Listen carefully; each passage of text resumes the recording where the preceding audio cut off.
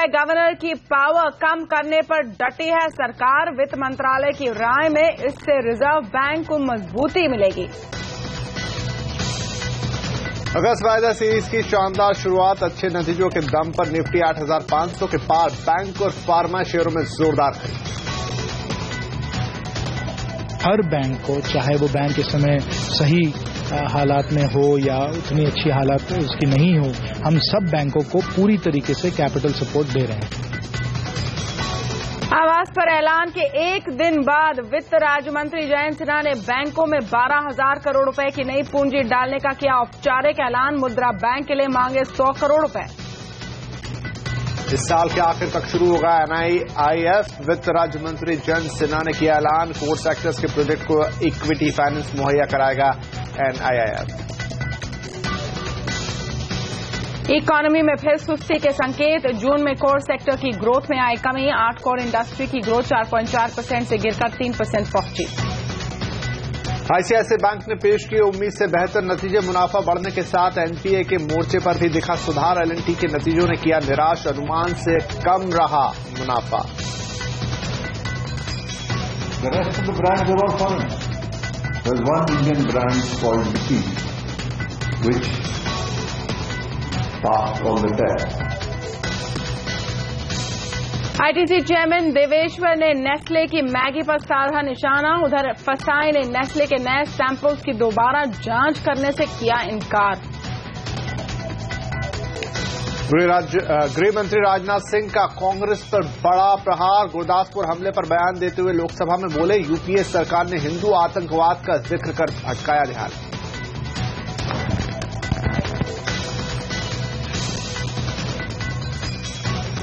नमस्कार, आप देख रहे हैं आवाज एट 9। मैं हूं तमन्ना इनामदार दत्ता। नमस्कार, आपके साथ मैं हूं विपिन भट्ट। आगे बढ़े उससे पहले कुछ और हेडलाइंस।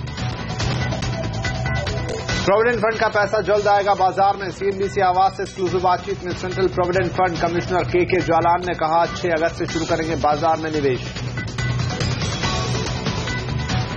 गुजरात और राजस्थान में भारी बारिश से तमाम नदियां उफान पर। ड्रोन कैमरे में कैद। बनासकांठा में बाढ़ की तस्वीर, चारों तरफ पानी ही पानी। पुणे के फिल्म इंस्टीट्यूट पहुंचे राहुल गांधी। गजेंद्र चौहान की नियुक्ति के खिलाफ आंदोलन कर रहे छात्रों से की मुलाकात। बाहर बीजेपी का प्रदर्शन। भारतीय खाने में हो रहे हैं नए नए प्रयोग। कितना बदल रहा है खाने का जायका। आवाज संपादक संजय पुगलिया की मसाला क्लब के एग्जीक्यूटिव शेफ से खास बातचीत, देखिए बुलेटिन में आगे। फेसबुक ड्रोन से बढ़ाएगा अपनी पहुंच। कनेक्टिविटी बढ़ाने के लिए शुरू किया ड्रोन। सोलर पावर से चलता है ड्रोन अकेला।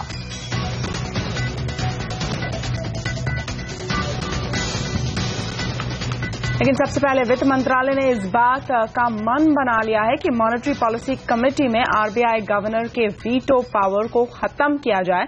सूत्रों से मिली जानकारी के मुताबिक वित्त मंत्रालय का मानना है कि वीटो का अधिकार खत्म होने के बाद आरबीआई एक संस्था के तौर पर और मजबूत होगी। इस बारे में ज्यादा जानकारी के लिए बात करते हैं हमारे सहयोगी नयनतारा राय और बैंकिंग एडिटर प्रदीप पंड्या से। लेकिन सबसे पहले नयनतारा, क्या खबर निकल कर आ रही है सूत्रों के हवाले? आरबीआई गवर्नर के वीटो पावर पर उठे विवाद पर क्या मंशा बन रही है सरकार में?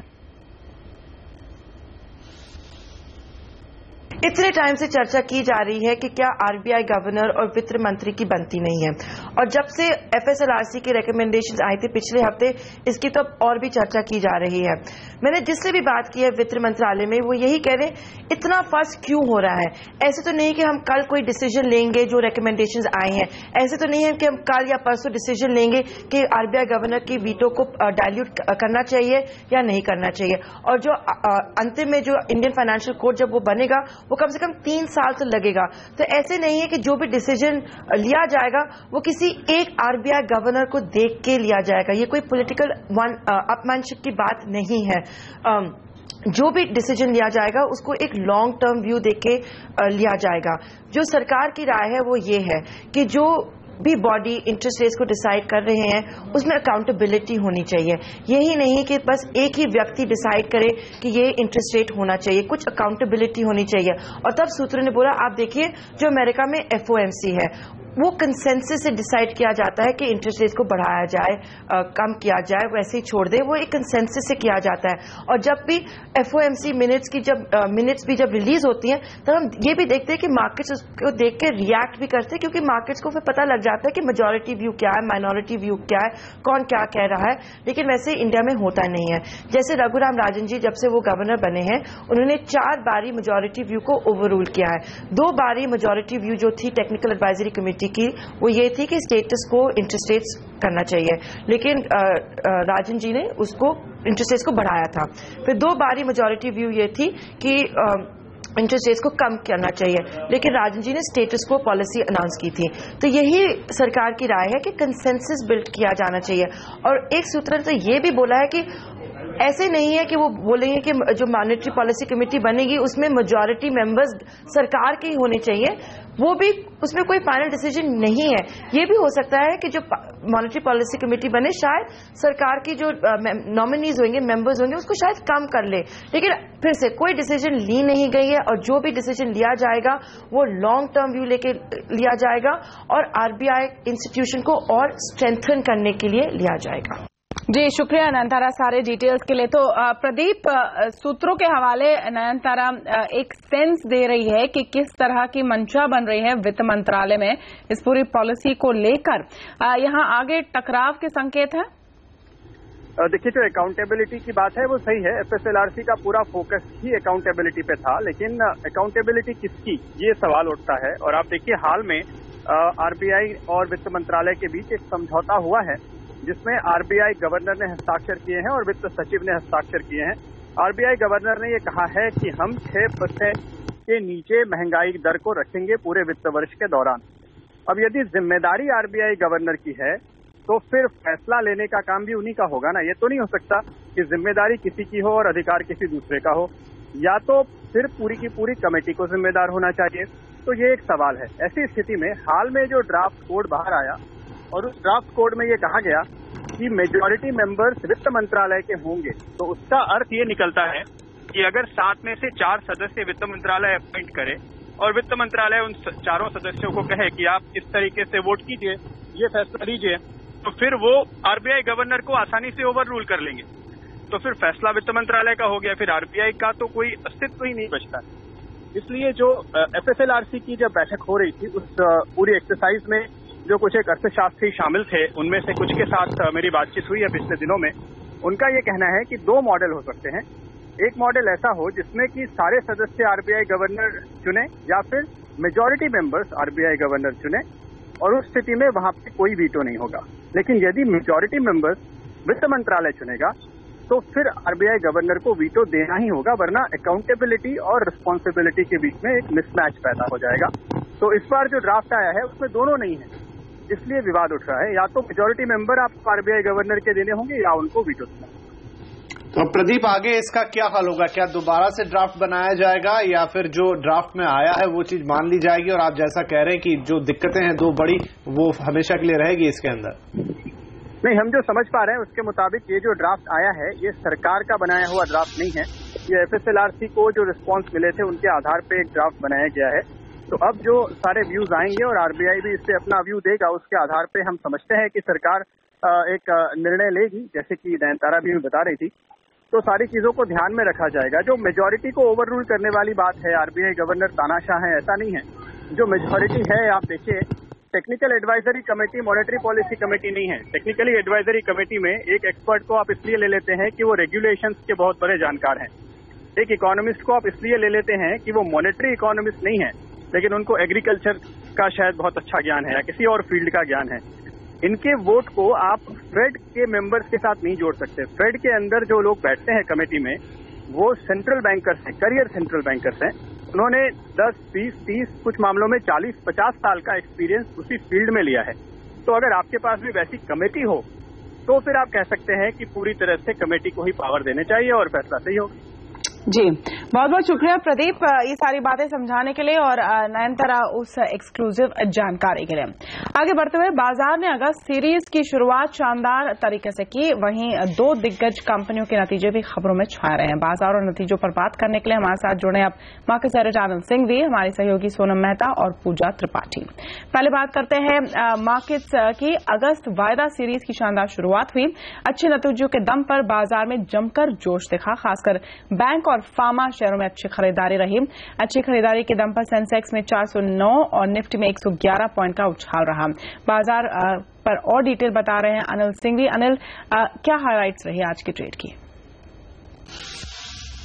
बाजार ने अगस्त सीरीज की शुरुआत बेहद दमदार की और बाजार सीधा 8,400 के लेवल के पार तो खुला ही, टिका भी और 8,500 की तरफ बढ़ने के बाद मिड सेशन में जो इस लेवल को पार किया उसके बाद पीछे मुड़कर नहीं देखा, फिर पूरे दिन भर 8,500 के ऊपर ही ट्रेड करता हुआ दिखा। 111 अंक ऊपर निफ्टी और सेंसेक्स में भी बेहतरीन मजबूती 400 पॉइंट से ज्यादा की। न सिर्फ दिग्गज शेयर मजबूत है बल्कि मिड कैप और स्मॉल कैप शेयरों में भी लगातार आज अच्छी खासी खरीदारी का रुझान देखने को मिला। 1.25% के आसपास की तेजी यहां पर होती हुई दिखी, लेकिन असली मजबूती आती दिखी बैंक निफ्टी से। और आप देखिए PSU बैंक्स के रिकैपिटलाइजेशन प्लान को जैसे ही सरकार ने मिड सेशन में अप्रूव किया उसके बाद 1.5% की तेजी यहां पर बनती हुई दिखी। 300 अंक ऊपर बैंक निफ्टी पहुंचकर बढ़ा, तो बढ़ने वाले शेयरों की तादाद काफी बेहतर थी और उसमें देखिए कि PSU बैंक्स ने लीड करने का काम किया। SBI, bank of Baroda, union Canara जबरदस्त तेजी में आते हुए दिखे, वहीं प्राइवेट बैंक्स भी पीछे नहीं थे और उसकी वजह थी ICICI बैंक। बेहद शानदार नतीजे, एसेट क्वालिटी स्टेबल जो होती दिखी उसका फायदा मिला 4% के बड़े गेंस के साथ। लेकिन फार्मा शेयरों में बड़ी तेजी देखने को मिली। ग्लेनमार्क फार्मा ने कल बाजार बंद होने के बाद नतीजे पेश किए, आज 6% की तेजी और डॉक्टर रेड्डीज ने नंबर्स के बाद जबरदस्त तेजी दिखाई है, कल भी 4%, आज भी 4% ऊपर। ल्यूपिन ने अच्छी रिकवरी दिखाई आज के सेशन में। ऑटो शेयरों में बड़ा उछाल था, हीरो मोटोकॉर्प अगले हफ्ते अपने नंबर्स पेश करेगा, महिंद्रा, टाटा मोटर्स सारे स्टॉक्स बेहद तेजी में थे। वहीं IT शेयरों में कई दिनों बाद अच्छी खरीदारी आती दिखी। HCL टेक टॉप गेनर 4% ऊपर, TCS, विप्रो जैसे दिग्गजों में भी खरीदारी होती दिखी। लेकिन हाँ, ऑयल मार्केटिंग कंपनियों के शेयर जरूर आज कमजोर थे। सेकंड हाफ में यहां पर प्रॉफिट बुकिंग हावी होती दिखी। HPVP, IOC कमजोरी के साथ बंद हुए। अब नतीजों का सीजन चल रहा है, कल बाजार बंद होने के बाद जो नंबर्स आए, जो बेहतरीन नंबर्स रहे उसमें ग्लेनमार्क तो था ही, Greaves, Cotton, JM Finance, HCC जैसी कंपनी के अच्छे नंबर थे। इसके अलावा कमजोर नंबर्स पर देखें तो कोटक महिंद्रा बैंक के कल बाजार बंद होने के बाद कमजोर नतीजे आए थे। न्यूक्लियर सॉफ्ट, गति, ऑन मोबाइल ने भी कमजोर नतीजे पेश किए। लेकिन इसके अलावा HSIL, अशोका बिल्डकॉन, एक्साइड और गुजरात पिपावाव दोनों नंबर्स कमजोर थे, लेकिन उसके बाद भी स्टॉक लोअर लेवल से रिकवर होकर पॉजिटिव बंद होने में कामयाब रहे। अब आज जो नतीजे आए उन पर डालिए नजर। सन टीवी ने शानदार नतीजे पेश किए, 9% ऊपर। फोर्स मोटर्स, महिंद्रा लाइफ भी पॉजिटिव बंद होने में कामयाब रहे। वहीं कुछ और नतीजों पर अगर आज नजर डालें तो कमजोर नतीजों के लिहाज से टाइटन ने बेहद निराश किया, फिलिप्स कार्बन, एलेम्बिक फार्मा भी आज नतीजे के बाद गिरे। लेकिन इनके अलावा मुंजाल, शोवा, CSC, रेलिगेर, लंबी लिस्ट है जहां पर आज कमजोर नतीजे आते दिखे। तो ओवरऑल नतीजों के लिहाज से स्टॉक स्पेसिफिक एक्शन रहा, लेकिन फाइनली हफ्ते के आखिरी दिन 8,500 के ऊपर बेहतरीन क्लोजिंग। राइट, और अब आज अहम नतीजों की बात कर लेते हैं। आज L&T और ICICI बैंक ने अपने पहली तिमाही के नतीजे घोषित किए हैं। एक और जहां L&T ने अपने नतीजों से खासा निराश किया है, वहीं ICICI बैंक ने बाजार को खुश करने का काम किया। नतीजों का पूरा एक्शन बताने के लिए ऑलरेडी हमारे साथ सोनम और पूजा हैं। तो सोनम, L&T के नतीजे ओवरऑल कैसे रहे, कहां से दबाव आता हुआ दिखा है? L&T ने बेहद ही कमजोर नतीजे घोषित किए, हर एक फ्रंट पे दबाव देखने मिला है। सबसे नेगेटिव है ऑर्डर इनफ्लोस का आंकड़ा, 26,380 करोड़ का आंकड़ा कंपनी ने दर्ज किया है। साल दर साल 21% की गिरावट दिखाई दे रही है। स्ट्रीट की जो लोएस्ट एक्सपेक्टेशन थी ऑर्डर इनफ्लोस को लेकर, वो 29 से 30,000 करोड़ के ऑर्डर इनफ्लोस की थी, कंपनी उस लेवल तक भी नहीं पहुंच पाया है। आय का आंकड़ा उम्मीद के मुताबिक आय में 7% की बढ़ोतरी हुई है, लेकिन मुनाफे पर हिट आया है। मुनाफे में 37% की गिरावट दर्ज हुई है। मार्जिन भी उम्मीद से बेहद ही कमजोर, 11.3% के मार्जिन कंपनी ने डिलीवर किए हैं 13.3% के मुकाबले। और नेगेटिव्स की बात करें तो मेटलर्जिकल और मटेरियल हैंडलिंग सेगमेंट और हैवी इंजीनियरिंग सेगमेंट ने एबिटा लेवल पर लॉस दर्ज कर दिया है। ये एक नया प्रॉब्लम एरिया है जो सामने आया है। इंफ्रास्ट्रक्चर के अलावा हर एक सेगमेंट में दबाव दिखाई देगा। पावर, फाइनेंशियल सर्विसेज का प्रदर्शन सबसे कमजोर रहा है। पॉजिटिव जो पूरे नतीजों में रहा वो यही कि हाइड्रोकार्बन सेगमेंट ने फाइनली एक एबिटा लेवल पे प्रॉफिट दर्ज किया है, जो एक्सपेक्टेड नहीं था, क्योंकि काफी वक्त से ये सेगमेंट लॉसेस ही कर रही है। कंपनी बेहद ही कॉशियसली ऑप्टिमिस्टिक है, जहां पे कंपनी के मुताबिक बिजनेस एनवायरनमेंट छोटी अवधि में काफी चैलेंजिंग रहेगा, लेकिन फिलहाल के लिए तो L&T के पहले तिमाही के नतीजे बेहद ही कमजोर हैं। पूजा, आईसीआईसीआई बैंक के नतीजे काफी अच्छे रहे हैं, कैसा देखा जाए ओवरऑल नंबर्स को? जी, आईसीआईसीआई बैंक के नतीजों की बात करें तो उम्मीद के मुताबिक ही यहाँ पर नतीजे देखने को मिले हैं। जैसा कि हम अनुमान भी कर रहे थे कि 10% के आसपास की बढ़त मुनाफे के फ्रंट पर देखने को मिल सकती है। करीब 12% की बढ़त यहाँ पर मुनाफे में और 14% की बढ़त एनआईआई में देखने को मिली है। एसेट क्वालिटी के नंबर्स भी काफी अच्छे हैं। पिछले 4 क्वार्टर से जो हम देख रहे थे दबाव देखने को मिल रहा है, वहां पे भी अच्छे नंबर्स कंपनी ने पोस्ट किए हैं। 3.68 के मुकाबले इस बार काफी इंप्रूवमेंट देखने को मिला है। एनपीए के लेवल्स में भी मैनेजमेंट का कहना है कि काफी सारे कदम भी उठाए हैं, रिकवरी इस बार अच्छी देखने को मिली है और कुछ बैड लोन्स भी थे जो एआरसीज को उन्होंने सोल्ड किए हैं, जिसकी वजह से हमने देखा कि एसेट क्वालिटी के फ्रंट पर भी काफी अच्छा प्रदर्शन बैंक ने पोस्ट किया है। इसके अलावा मार्जिन्स की बात करें तो यहाँ पर भी एक बढ़त देखने को मिली है। 3.40 के सामने 3.54% का मार्जिन कंपनी ने पोस्ट किया है और मैनेजमेंट का कहना है कि आगे भी ये नंबर्स सस्टेनेबल ही रहेंगे। तो कुल मिला के बात करें तो आईसीआईसीआई बैंक की तरफ से अच्छे नतीजे देखने को मिले हैं। आईसीआईसीआई बैंक के नतीजों के बाद बैंक के चेयरमैन चंदा कोचर ने कहा कि रिकवरी पर फोकस बढ़ाने से बैंक के एनपीए में कमी आई है। हमारे जो एडिशंस हैं एनपीए के वो इस क्वार्टर ऑलमोस्ट हाफ है compare to the previous quarter. Focus रहा है रिकवरीज पे, फोकस रहा है टाइमली कलेक्शन पे, फोकस रहा है काफी granularisation of portfolio and granularisation of accounts. Out of the total loans and advances अब 43% हमारे loans and advances retail portfolio पे हैं। जो रिकवरीज हैं of course partly there are stronger recoveries prior to cases becoming NPA, but NPA में से recoveries around 550 crore हैं। जी, और अब ब्रेक लेंगे। यहाँ पर ब्रेक के बाद बताएंगे सरकार कैसे देगी अब बैंकों को ऑक्सीजन।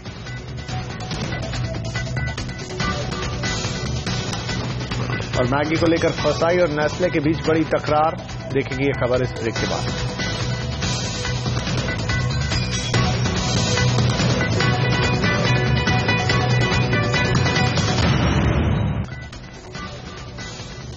जून में कोर सेक्टर की ग्रोथ के आंकड़े निराशाजनक रहे हैं। जून में 8 कोर इंडस्ट्रीज की ग्रोथ 4.4% से गिरकर 3% रही है। फर्टिलाइजर, स्टील और सीमेंट को छोड़कर बाकी सभी कोर इंडस्ट्री की ग्रोथ में कमी आई है। सबसे ज्यादा गिरावट इलेक्ट्रिसिटी और नेचुरल गैस के उत्पादन में दिखी है।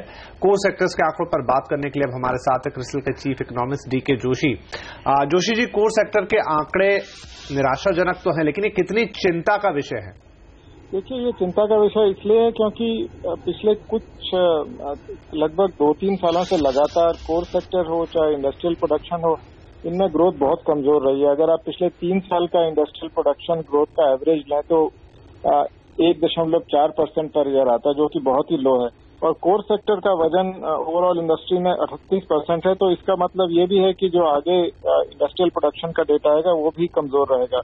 तो ये निराशाजनक तो अवश्य, पर इसमें कुछ जो पॉजिटिव चीजें दिखाई दे रही हैं। कोर सेक्टर जिसमें हमने पॉलिसी साइड से भी कुछ एक्शन देखा, उसमें लगातार पिछले कुछ महीनों से अच्छी ग्रोथ दिखाई दे रही है, जो कि जनरली कोर सेक्टर बहुत वॉलेटाइल रहता है। इस बारी कोल प्रोडक्शन खासकर में अच्छी ग्रोथ देखी गई है।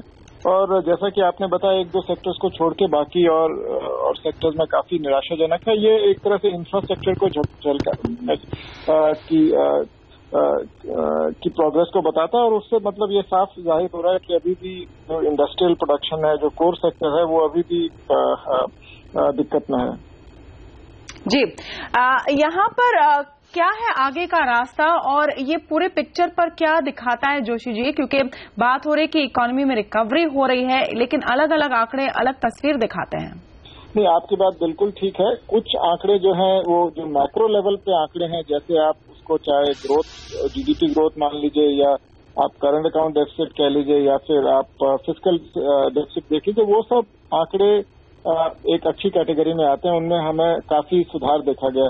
तब जब आप नीचे माइक्रो लेवल पे आते हैं, आप क्रेडिट ग्रोथ देखें, आप इंडस्ट्रियल प्रोडक्शन देखें, आप प्राइवेट इन्वेस्टमेंट क्लाइमेट देखें, उन सब में अभी भी कमजोरी बनी हुई है। और इस साल हमारा मानना यह है कि 2015-16 में पिछले साल के मुकाबले थोड़ा अच्छा रहेगा, पर अब उसमें बहुत ज्यादा सुधार की उम्मीद अभी हम नहीं कर रहे हैं। और खासकर जो मुख्य चिंता का विषय है वो है प्राइवेट इन्वेस्टमेंट, और उसमें अभी कोई सुधार के आसार नजर नहीं आ रहे। 1-2 सेक्टर जिनमें तेजी पकड़ी है वो है रोड सेक्टर, जहां पे सड़कें पिछले साल के मुकाबले ज्यादा तेजी से बन रही है और इसमें ये गवर्नमेंट का इनिशिएटिव है। तो आगे चलते हुए ये देखने वाली बात होगी कि गवर्नमेंट किस तरह से इंफ्रास्ट्रक्चर को पुश देने में कामयाब रहता है, उसी पे रिकवरी भी निर्भर करेगी। जोशी जी, हाल ही में मूडीज ने एक रिपोर्ट पेश की इंडिया पर और उन्होंने काफी चिंता जताई रिफॉर्म्स की रफ्तार से। ये भी कहा कि जो वादे किए गए हैं वो पूरे नहीं होते हुए दिखते हैं। इस रिपोर्ट पर आपका क्या व्यू है और क्या अंतर्राष्ट्रीय इन्वेस्टमेंट कम्युनिटी में ये सवाल अब उठने लगे हैं? तो देखिए, जहां तक रिफॉर्म्स का सवाल है वो तो साफ तौर पे जाहिर हो रहा है कि जो गवर्नमेंट की मेजॉरिटी का जो राज्यसभा में मेजॉरिटी नहीं है, तो कोई भी बड़ा बिग टिकट रिफॉर्म को पास करना जिसके लिए आपको मेजॉरिटी चाहिए 2/3, वो उसमें दिक्कत आ रही है। और ये जीएसटी और लैंड रिफॉर्म में खासकर दिखाई दे रहा है। तो जो एक तरह से डिले भी हो रहा है रिफॉर्म और डाइल्यूट भी हो रहा है, तो ये तो चिंता का विषय अवश्य है।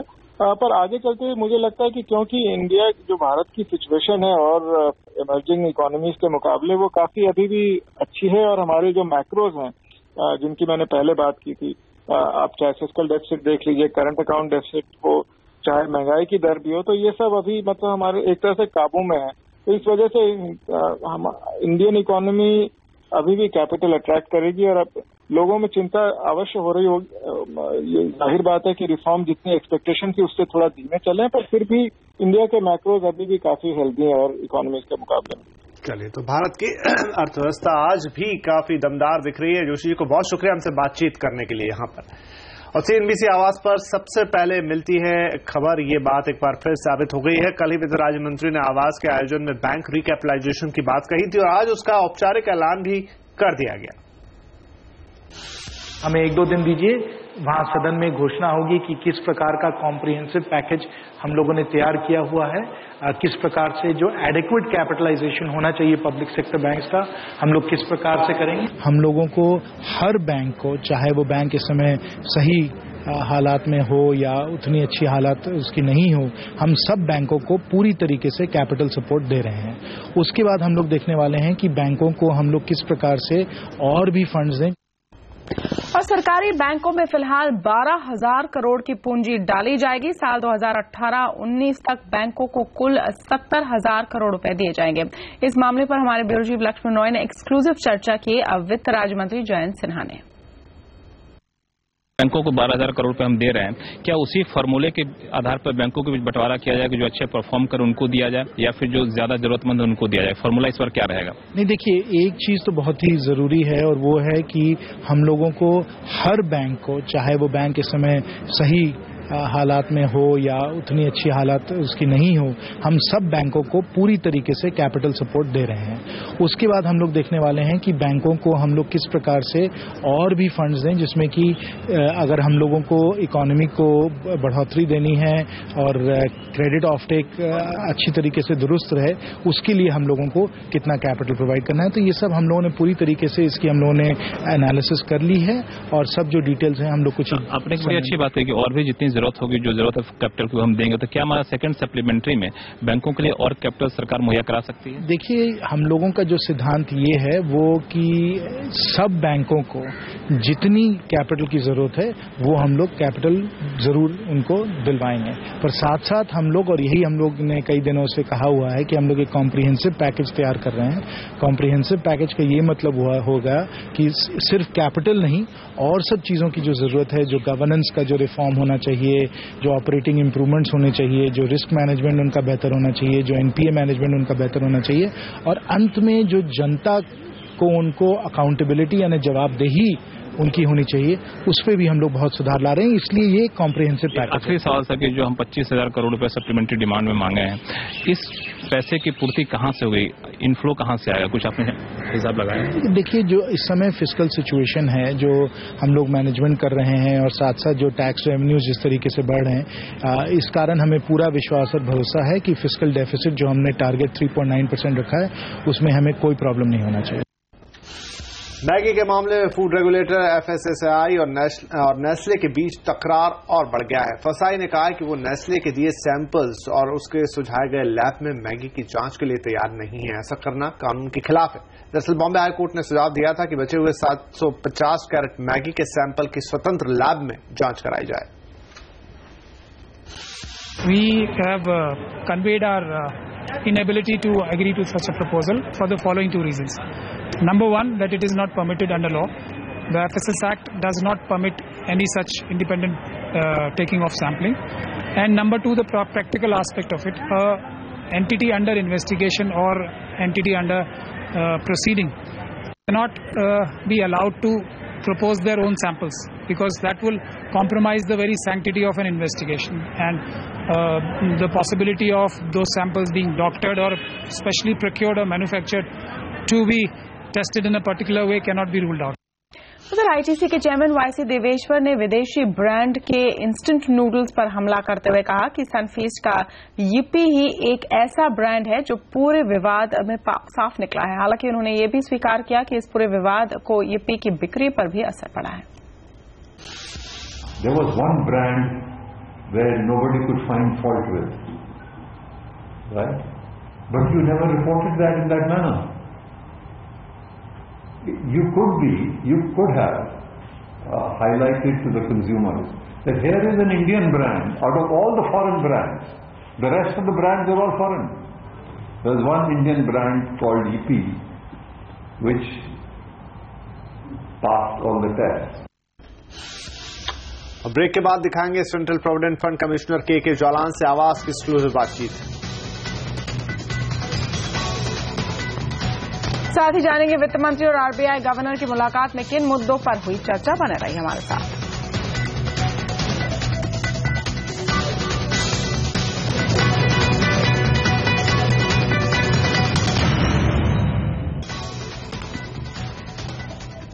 जल्द ही प्रोविडेंट फंड का पैसा बाजार में आएगा। सेंट्रल प्रोविडेंट फंड कमिश्नर के जालान ने CNBC आवाज के साथ एक्सक्लूसिव बातचीत में कहा कि EPFO 6 अगस्त से शेयर बाजार में निवेश करेगा। सर, 1 जुलाई को ये फैसला लिया गया था कि EPFO 5 से लेकर 15% तक इक्विटी मार्केट में इन्वेस्ट कर सकता है। पहली इन्वेस्टमेंट कब की जाएगी?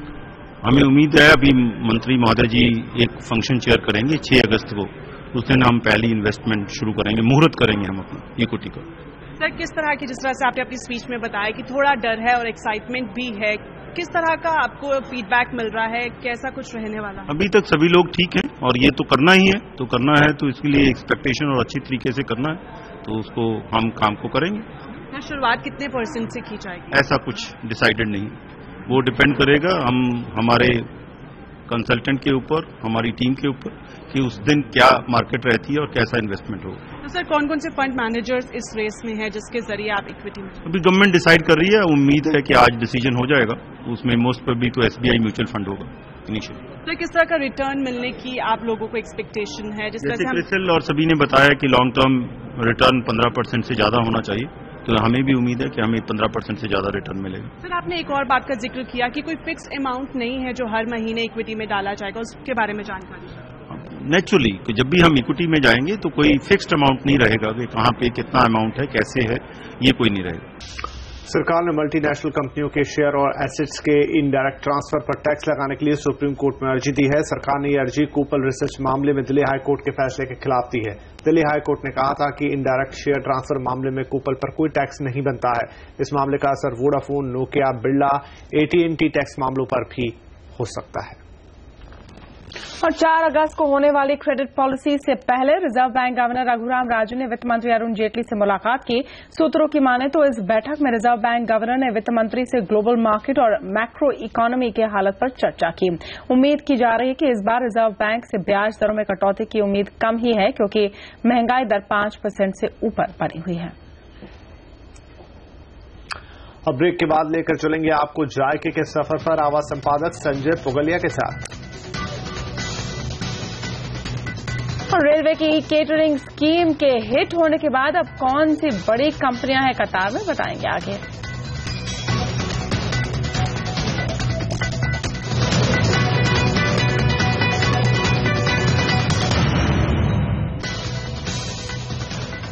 खाने पकाने की दुनिया में इन दिनों जमकर नए प्रयोग हो रहे हैं। खास बात यह है कि नए अंदाज में खाना बनाने के लिए मशहूर शेफ पूरी ताकत इस बात में लगा रहे हैं कि कैसे हिंदुस्तानी खाने की लज्जत को वापस लाया जाए। आगे का किस्सा सुनिए हमारे संपादक संजय पुगलिया से।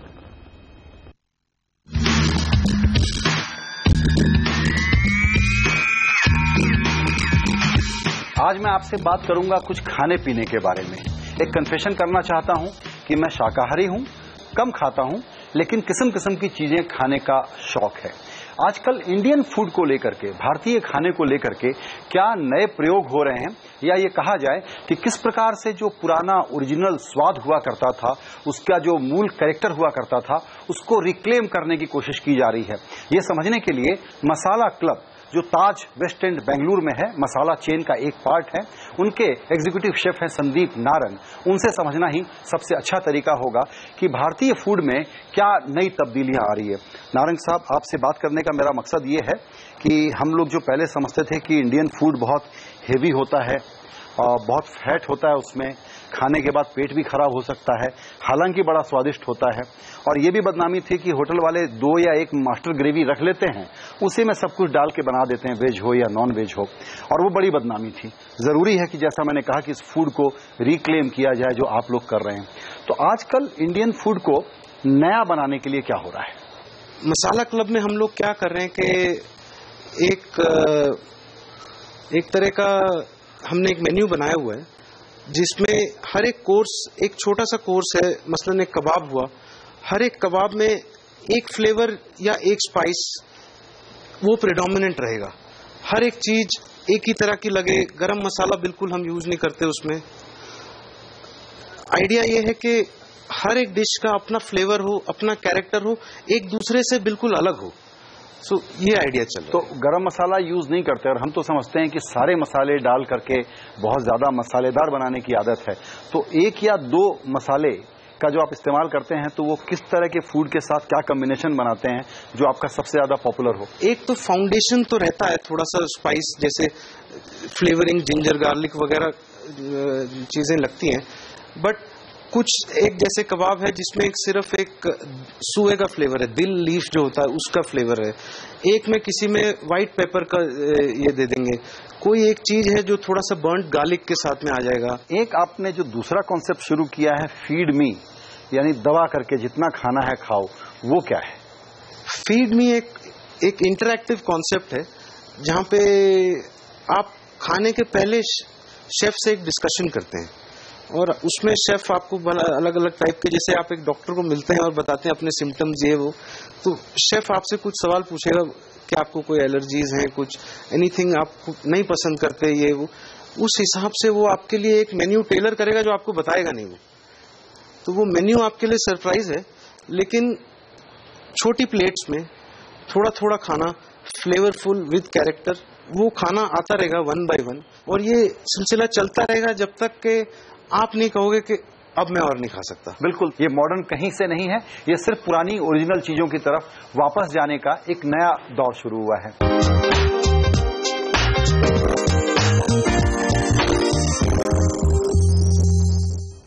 उधर रेल के सफर में अच्छे खाने के शौकीनों की बदौलत रेल मंत्रालय की एक ई केटरिंग स्कीम भी हिट हो गई है। खास तौर पर डोमिनोज और KFC जैसी कंपनियों के आने के बाद अब मैकडॉनल्ड और कैफे कॉफी डे जैसी कई दिग्गज कंपनियां भी IRCTC के साथ कारोबार करने की तैयारी में हैं।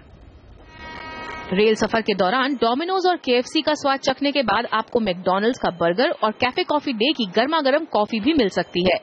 सूत्रों से मिली जानकारी के मुताबिक McDonald's, Barista coffee, cafe coffee day, Kebab Express, Subway, Burger King, Haldiram और बीकानेर वाला IRCTC के जरिए अपने फूड प्रोडक्ट्स रेल यात्रियों तक पहुंचाना चाहते हैं। 1 महीना पहले IRCTC ने डोमिनोज के साथ करार किया था और अब तक डोमिनोज 450 से ज्यादा पिज्जा सफर के दौरान रेल यात्रियों को डिलीवर कर चुका है। KFC ने पिछले हफ्ते IRCTC के साथ हाथ मिलाया और उसे भी अच्छा रिस्पांस मिल रहा है। रेलवे के मुताबिक इस सुविधा के शुरू होने से इन फूड जॉइंट्स के साथ साथ यात्रियों को भी फायदा हो रहा है।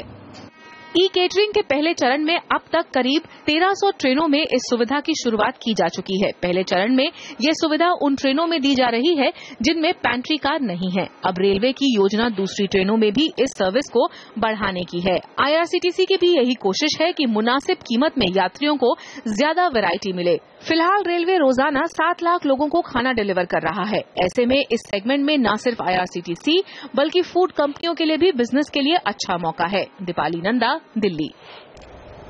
लेकिन प्याज की महंगाई खाने का जायका बिगाड़ रही है। ऐसे में दिल्ली सरकार ने प्याज की कीमतों को काबू में करने के लिए केंद्र सरकार ने कोशिशें तेज कर दी हैं। केंद्र ने दिल्ली सरकार से राशन की दुकान पर प्याज बेचने की व्यवस्था करने के लिए कहा है। केंद्र ने नेफेड से भी प्याज के आयात में तेजी लाने के लिए कहा है। सरकारी एजेंसी SFAC और नेफेड ने मिलकर नासिक से 7 से 8 हजार टन प्याज खरीदा है।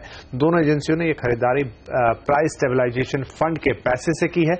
इसके अलावा दिल्ली सरकार ने भी 2000 टन प्याज खरीदा है। और ब्रेक के बाद एक बार फिर संसद में गूंजा आतंकवाद के धर्म का मुद्दा। और राहुल के पुणे पहुंचने के बाद कैसे सियासी अखाड़ा बना FTII, देखिए इस ब्रेक के बाद।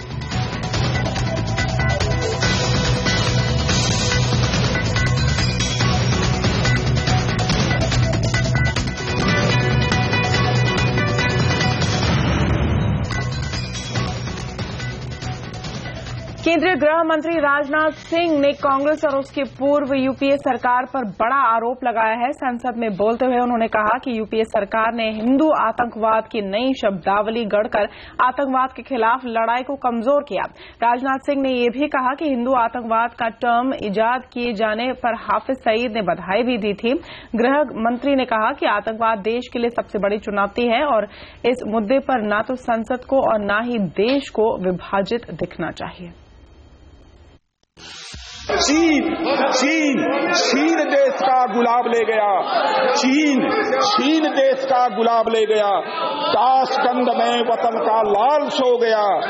ये सुलह की शकल को संवारते रहे, जीतने के बाद बाजी हारते रहे। यही इनकी विदेश नीति रही है अध्यक्ष महोदय। इसलिए इतना ही कहते हुए अंत में अपील करना चाहता हूं अपने सभी राजनीतिक पार्टी के नेताओं को कि आतंकवाद के सवाल पर हमें गंभीरता पूर्वक यहां पर चर्चा करनी चाहिए और इस आतंकवाद की चुनौती को पूरी ताकत के साथ हम कैसे इससे स्वीकार करें, इसके संबंध में विचार करना चाहिए।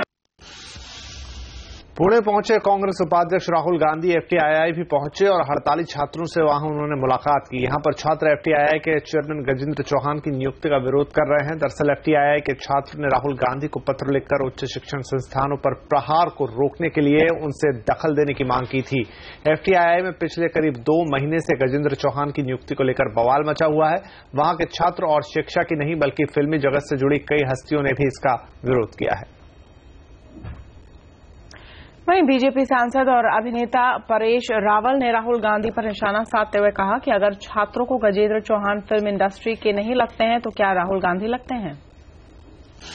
अरे उनको कोई मुद्दा मिला है उसके ऊपर उनको जरा खुशी तो मनाने दो यार, बाद में जवाब देंगे ना उनको। पहले अभी चौहान की अपॉइंटमेंट को लेकर सवाल खड़े कर रहे हैं और राजनीतिक उनकी जो प्रतिभा है देखने का समय। मैं यही पूछना चाहता हूँ कि अगर स्टूडेंट को, वहाँ के स्टूडेंट को अगर इनके अंदर कार्यकर्ता दिखता है गजेंद्र के अंदर, तो राहुल गांधी में कौन सा फिल्म मेकर दिख रहा है उनको? मैं यही पूछना चाहता हूँ बस। वहीं बीजेपी नेता सुधांशु त्रिवेदी ने राहुल पर सीधे सीधे राजनीति करने का आरोप लगाते हुए कहा कि वो सालों से यही करते आ रहे हैं। कला, संस्कृति और साहित्य के क्षेत्र में जो लोग ये आरोप लगाते थे कि राजनीतिक हस्तक्षेप नहीं होना चाहिए, यदि प्रत्यक्ष रूप से देश की प्रमुख प्रतिपक्षी दल का सबसे प्रमुख नेता जाकर उसमें सहभागिता करता है, तो यह कला और साहित्य संस्कृति के क्षेत्र में राजनीतिक हस्तक्षेप का सीधा उदाहरण है। गुजरात में भारी बारिश ने हाहाकार मचा रखा है। बारिश के चलते गुजरात के कई इलाकों में बाढ़ जैसे हालात पैदा हो गए हैं। सूरत, कच्छ और उत्तर गुजरात में बारिश के चलते 30 से ज्यादा ट्रेनें रद्द कर दी गई हैं। अहमदाबाद में धरोई बांध में से पानी छोड़े जाने के चलते निचले इलाकों में पानी भर गया है। साबरमती नदी उफान पर है और खतरे के निशान के ऊपर बह रही है।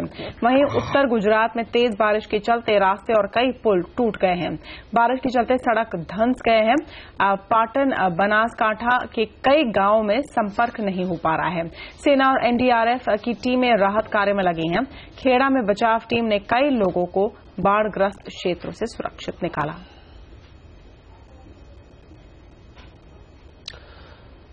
और ब्रेक के बाद देंगे रेल यात्रियों को एक और खुशखबरी।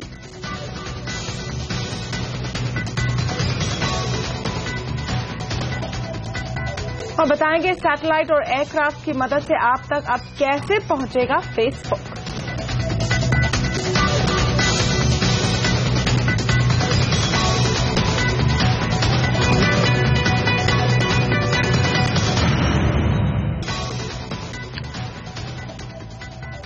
ट्रेन के सफर के दौरान अगर आपका सामान चोरी होता है या फिर आप किसी दुर्घटना का शिकार होते हैं तो आपको इंश्योरेंस की सुविधा मिल सकती है। सीएनबीसी आवाज को मिली एक्सक्लूसिव जानकारी के मुताबिक आईआरसीटीसी पर्सनल और बैगेज इंश्योरेंस देने की तैयारी कर रही है। रेल मंत्रालय की तमाम कोशिशों के बावजूद आए दिन रेल सफर के दौरान लूटपाट, चोरी या हादसों पर लगाम नहीं लग पा रही है।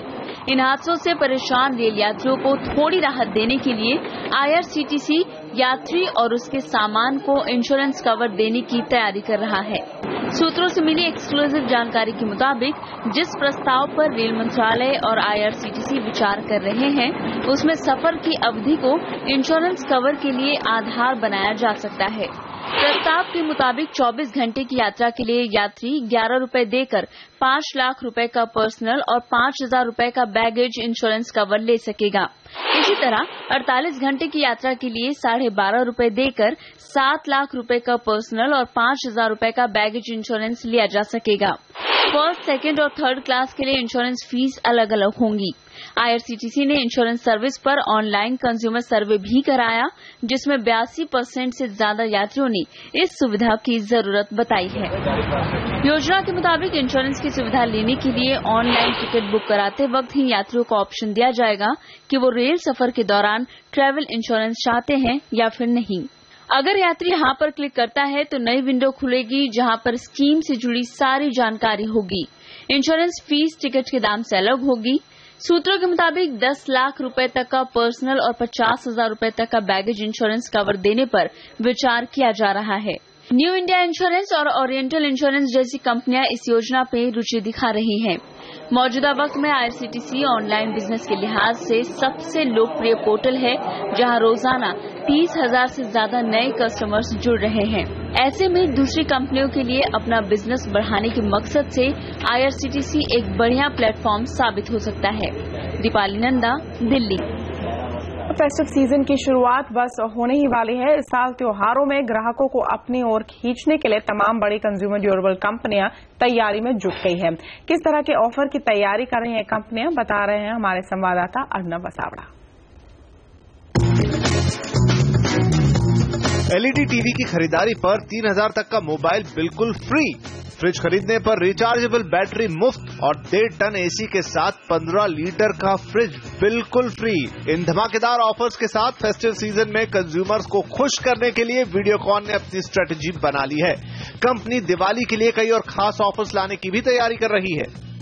इसके साथ हमारा बहुत फाइनेंस स्कीम और ये जो फाइनेंस ऑफर्स है कंज्यूमर्स के लिए, जैसे 14-0 EMI का जो हम दे रहे हैं, जो भी हमारे लार्ज स्क्रीन जितने प्रोडक्ट हैं 40 एंड अबव, तो 14-0 स्कीम पे दे रहे हैं जो कि कंज्यूमर के परचेज के लिए बहुत आसान हो, उनके लिए कन्वीनियंस हो परचेज करने के लिए। वीडियोकॉन ही नहीं, सभी बड़ी कंज्यूमर ड्यूरेबल कंपनियां मसलन सैमसंग, वोल्टास और कैनस्टार भी फेस्टिव सीजन के लिए कमर कस चुकी हैं। दरअसल फेस्टिव सीजन कंपनियों के लिए ज्यादा से ज्यादा रेवेन्यू जनरेट करने का मौका होता है। यही वजह है कि तमाम कंपनियां ग्राहकों को खींचने की होड़ में लग गई हैं। हालांकि कुछ कंपनियां अपने ऑफर का खुलासा करने से बच भी रही हैं। At Samsung, every moment, every new month, is a festival for us. It's a moment and a period to rejoice and to plan for. And I think consumers and patrons of our brand can come to expect, as always, great new news, new announcements. And I will only say they should watch the space for more. इस साल अप्रैल से जून की पहली तिमाही में बेमौसम बरसात की वजह से एसी की बिक्री पिछले साल के मुकाबले 10% तक गिरी है। अब कंपनियां इस नुकसान की भरपाई त्योहारों में जोरदार बिक्री के जरिए पूरा करने का इरादा बना रही हैं। उन्हें उम्मीद है कि वो पिछले साल फेस्टिव सीजन के मुकाबले 40% तक की ग्रोथ हासिल कर पाएंगी। अर्णव वसावड़ा, दिल्ली। पूरी दुनिया में अपनी पहुंच और बढ़ाने के लिए फेसबुक अब सैटेलाइट और एयरक्राफ्ट की मदद ले रहा है। फेसबुक ने लॉन्च किया है सोलर पावर ड्रोन एक्विला। इस एयरक्राफ्ट से फेसबुक उन जगहों तक भी पहुंच जाएगा जहां अभी तक उसकी पहुंच संभव नहीं हो पाई है। खास बात यह है कि एयरक्राफ्ट 5 साल तक हवा में रह सकता है। वेबसाइट टेक क्रंच के अनुसार ये सुविधा सबसे पहले अफ्रीका में शुरू की जाएगी।